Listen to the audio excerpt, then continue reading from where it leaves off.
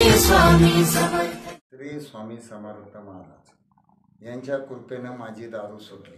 दारू सुटायचं एकमेव माझा मुलगा लाईटच्या शॉकनी चिटकून वारला। तर त्याच माझ्या मुलासारखा एक मुलगा माझ्याच गावातला पायमोडे म्हणून त्यांच्या कुटुंबातला त्यांचा दहावा होता। त्या दहाव्याला मला जायचं होतं। बायकोला सांगितलं की मला दहाव्याला जायचं। मी बायकोपासून 10 ते 20 रुपये घेऊन चासला गेलो, दारू पेलो, चिखलानं भरलो, पडत झडत मंजूरमध्ये त्या दहाव्याला आलो।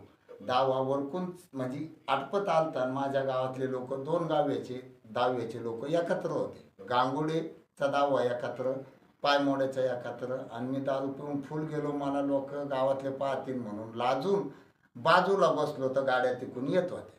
तर गाड्या दहाव्याच्या येत असल्यामुळं आमचे संतोष भाऊ जाधव हे तिकून प्रवचन करून गाड्या चालू होत्या। आणि ते गांगुडे त्यांचं नाव मला आता आठवना,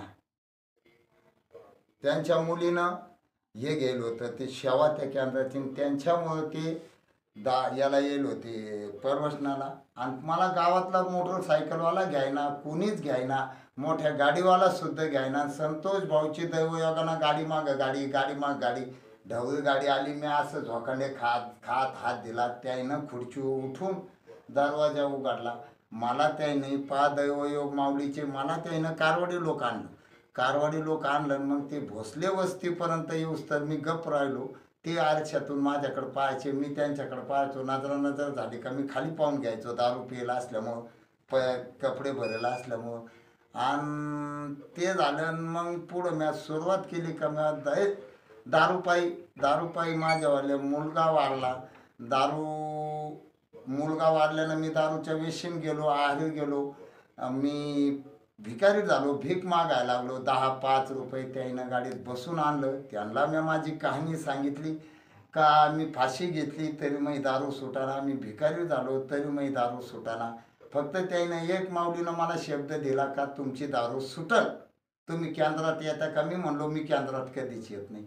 आणि मला टायमिंग बी नाही, मला कधी व्यापाराचा फोन येतो, उठून जातो। फक्त श्रद्धा आहे।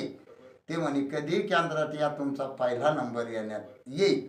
तर मग मी आमच्या धोंडराम गुरु जगताप त्यांच्या पैसे गेलो कॉल पडून येताना। त्यांना कहाणी सांगितली का तुझी दारू कशी काय सुटली। मी त्यांना संतोष भाऊची कहाणी सांगितली का मी गाडीत बसून आणलो, भरेला असताना त्यानं खुर्ची उठून दरवाजा उघडून दिला, मला घेतलं आणि किडी साहेबाच्या दारापुढं मागवाड्यापुढं मला सोडून दिलं। आणि त्याने एक शब्द सांगितला का तुमची दारू सुटल, फक्त केंद्रात या। तर दुसऱ्या दिवशी उतारा घेणारा माणूस बायकोपासून 10-1 रुपये घेऊन जाणारा दुसऱ्या दिवशी दारू प्यायला गेलो नाही। त्याच्यावर माझं क्लिअर झालं। एकदम व्यवस्थित, मला कुठलीच अडचण नाही, कुठलंच काही होत नाही, काहीच होत नाही। काही खडके परत हे केंद्र कुठं काय, कोणतं गावाचं नाव, कर्नाटकमध्ये। मी गाणगापूर तुळजापूरला बाई माणूस मी चाललो आणि ती कर्नाटकची गाडी दिसली। तिथं मी त्या गाडीत बसलो आणि माऊलीच्या दरबारात गेलो। तिथं एक जण असा भिकारी माणूस ताडी घेऊन माझ्या मागा लागला, बायकोच्या माझ्या मागं। मला अडचण आहे 20 रुपयाची प्या, म्हणजे 5 चमत्कार कुठं अक्कलकोटला गेलतो, बायको सांगते माझ्या अक्कलकोटला।